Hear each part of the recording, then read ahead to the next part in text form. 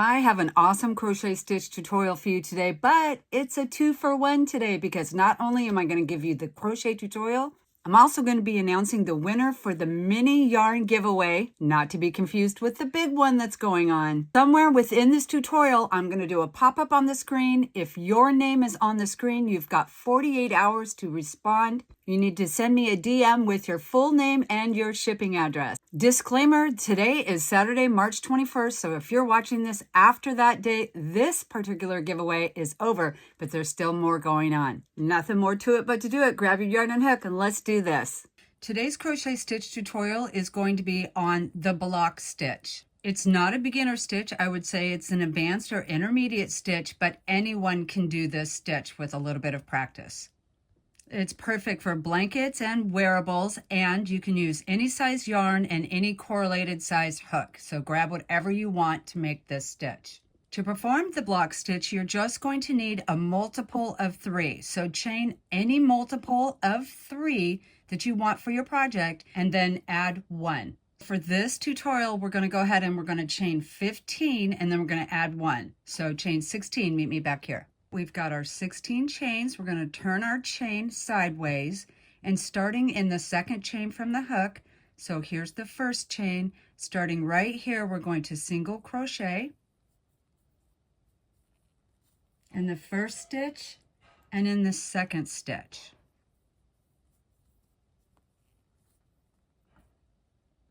From here, we're going to start our row repeat. We're going to chain 2. We're going to skip the next 2 chains, 1 and 2, and we're going to single crochet into the third. And what we're doing is creating a chain space. You'll have a nice open space right here. So chain 2 again. Skip the next 2 chains and single crochet into the third. Repeat this until you have 1 stitch left, and meet me back here. Now we've got 1 stitch left. We're going to go ahead and single crochet in that last stitch. And now we have row 1, and you should have 4 chain spaces. Let's do row 2. For row 2, we're going to go ahead and chain 3, and the chain 3 is going to count as our first double crochet and 1 turning chain. So put your stitch marker in the top of the chain 3, the third chain that you made, and turn your work. Okay, for row 2, it's going to be an easy repeat. We're just going to double crochet into the chain spaces that we made. So we're going to yarn over. We're going to skip the first 2 stitches and go right into this first chain space, and we're going to place 3 double crochets right into that chain space. Not into the actual stitches at the top, but through the center of the chain space. 3 double crochets.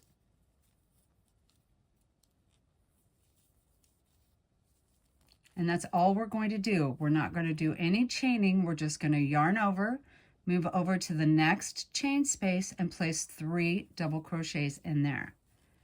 So I want you to repeat this until you get to the last chain space, and meet me back here.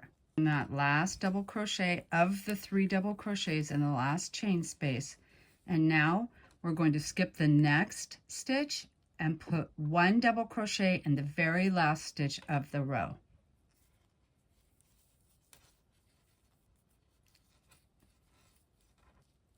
And that is row 2. And now we've started our block pattern, as you can see.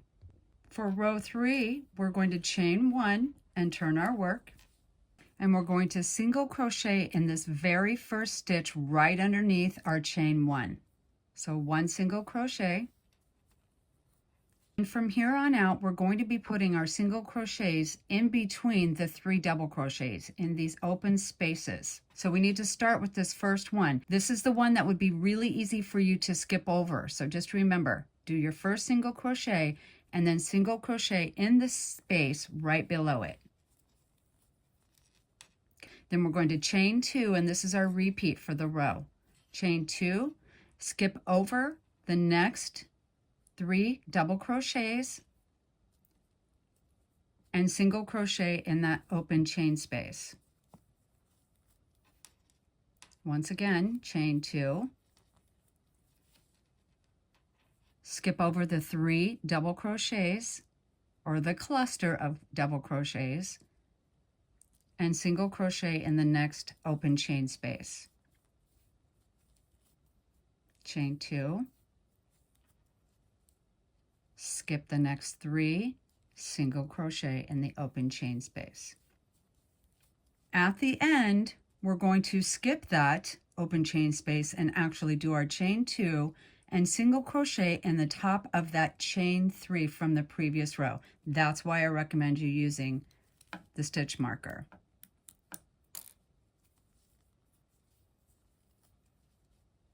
And that is row 3. And from here on out, you're just going to alternate rows 2 and 3 for a complete pattern. This is a beautiful stitch, like I said, for a blanket or a cardigan, and it really looks nice when you alternate colors. So you get to decide on how many rows you're going to do for each color and then alternate.